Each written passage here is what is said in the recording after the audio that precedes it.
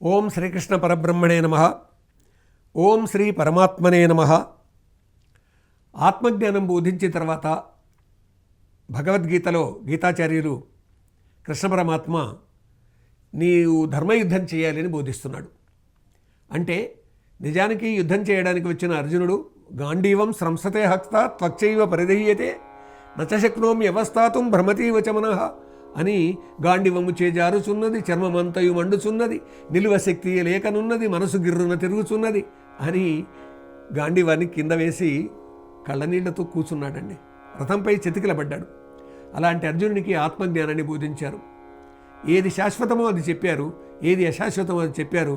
నీ ధర్మకర్మ నీవు చేయి అని చెబుతూ ఈ ధర్మకర్మ నీవు చేయకపోతే ఏం జరుగుతుంది అని ఎంత గట్టిగా చెప్తున్నారంటే కృష్ణ పరమాత్మ, అథ చేత్వం ఇమం ధర్మ్యం సంగ్రామన్న కరిష్యసి తతస్వధర్మం కీర్తించ హిత్వా పాపమవాప్ససి. సూటిగా చెప్తున్నారండి, ఇంకా ఏ దాపరికం లేదు. ఇంక నీవీ ధర్మయుద్ధము చేయకుంటే మిన్నకుంటే స్వీయ ధర్మ తిరస్కృతమ్మున కీర్తిపోవును పాపమబ్బును. అర్జునుడు ఇప్పుడు యుద్ధం చేయడానికి వచ్చి యుద్ధం చేయకుండా ఉంటే ఏం జరుగుతుంది? స్వీయ ధర్మ తిరస్కృతమ్మున కీర్తిపోవును పాపమబ్బును. ఇది జరగబోయేది. ఇదివరకు అర్జునుడికి కీర్తి ఉంది. ఆ కీర్తి ఎటువంటిది అనేటటువంటిది మనకు తెలుసు. పాండవులందరూ కూడా అరణ్యవాసం చేసి అజ్ఞాతవాసం చేసి తిరిగి వచ్చి కదా తమ రాజ్యభాగం తమకు కావాల్సిందని కోరుకున్నది. శ్రీకృష్ణుని వంటి మహాత్ముణ్ణి రాయబారం పంపినా కానీ వినలేదు. అలాంటి కృష్ణ పరమాత్మని వచ్చేసి అయినవి సంధి సంబరములు ఆయుధములు ధరింపుడయ్యా దాపైనది వీరభారత మహారణ రంగము సర్వధా వృథా అయినవి సంప్రదింపులు తథాస్తు జయాపజయములేవి ఎట్లయినను మీవి వారివి గుణ అగుణముల్ గ్రహించిరందరు అని చెప్పిన తర్వాత కదా కురుక్షేత్ర యుద్ధంలోకి వచ్చింది.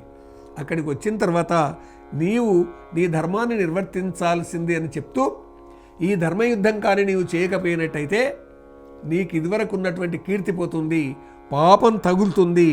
గౌరవంగా బ్రతికినటువంటి వారికి అపకీర్తి చావు కంటే మిన్న అనేసినారండి. నిజానికి ఇంత మాట కృష్ణ పరమాత్ముని నోట అర్జునునికి వినిపించాల్సిన స్థితి రావడమా అని అనిపిస్తుంది. కానీ తప్పలేదు. ఎందుకంటే అర్జునులో ఆ చైతన్యాన్ని నిర్మాణం చేయాలి, అతన్ని తట్టాలి, అతనిలో ఉన్నటువంటి శక్తిని మేలుకొల్పాలి. ఏ ఆలోచనలతో విషాదంలో పడ్డాడో అర్జునుడు, ధర్మయుద్ధం చేయకపోతే ఏమవుతుంది ఒకసారి ఆలోచిద్దామండి. సరిహద్దుల్లో ఉన్నటువంటి జవాను అయ్యో నేను బాణాన్ని ప్రయోగిస్తే లేకుంటే తుపాకీ పేల్చితే ఆ చొరబాటుదారు చచ్చిపోతాడేమో, ఈ దురాక్రమణదారు చచ్చిపోతాడేమో అని చప్పుడు కాకుండా ఊరుకుంటే ఏం జరుగుతుందండి?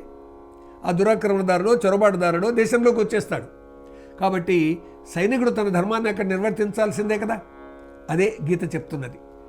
అనవసరంగా హింస ఎక్కడా ప్రేరణ చేయలేదండి గీత. ధర్మం కొరకు నీవు ఈ పని చేయాల్సిందే. నీ ఆస్తి కాపాడుకో, నీ దేశాన్ని కాపాడుకో, నీ ఆలుబిడ్డల్ని కాపాడుకో, నీ భూమిని కాపాడుకో, నీవు నిలబడు, ప్రపంచానికి శాంతి సందేశం అందించు. దురాక్రమణదారుల యొక్క మనస్తత్వాన్ని ప్రపంచానికి తెలిసేటట్టుగా చెయ్యి. ఏది సత్యమో ఏది నిత్యమో తెలిసేట్టుగా చెయ్యి. అపకీర్తి చావు కంటే కూడా పెద్దది అనేటటువంటి విధంగా కృష్ణ పరమాత్మ బోధిస్తూ దుర్యోధనుని దురాలోచనలు ఒక్కసారి ఆలోచిస్తే దురాక్రమణదారుల యొక్క ఆలోచనలు ఏవి ఎలా ఉంటాయి? విస్తారవాదం, ఎటు వెళ్ళి తమ రాజ్యాన్ని విస్తరించుకోవాలి అని ప్రపంచంలో ఎందరో ప్రయత్నాలు చేశారు. కాబట్టి ఆ ప్రయత్నాలు తప్పు అని చెప్తుంది భగవద్గీత. అందుకే ఎన్ని ఆదర్శములైనా చెప్పుకుంటాం, భవిష్యత్తు అనేటటువంటిది ముఖ్యం.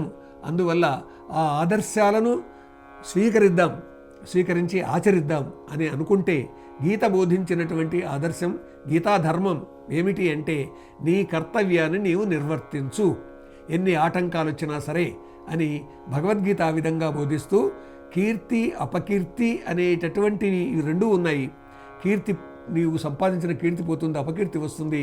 అందుకొరకు ధర్మయుద్ధానికి సంసిద్ధం కా అని కృష్ణ పరమాత్మ బోధించాడండి. ఇదండి భగవద్గీత అందించినటువంటి గొప్ప సందేశం. కృష్ణ పరమాత్మ అర్జునుడికి చెప్పింది, నరునికి నారాయణమూర్తి చెప్పింది. మనము మన కర్తవ్య పథంలో నడవడానికి ఉపయోగపడేది. ఎత్ర యోగేశ్వర కృష్ణో ఎత్ర పార్థో ధనుర్ధరః తత్ర శ్రీ విజయో భూతి ధ్రువా నీతిర్మతిర్మమ.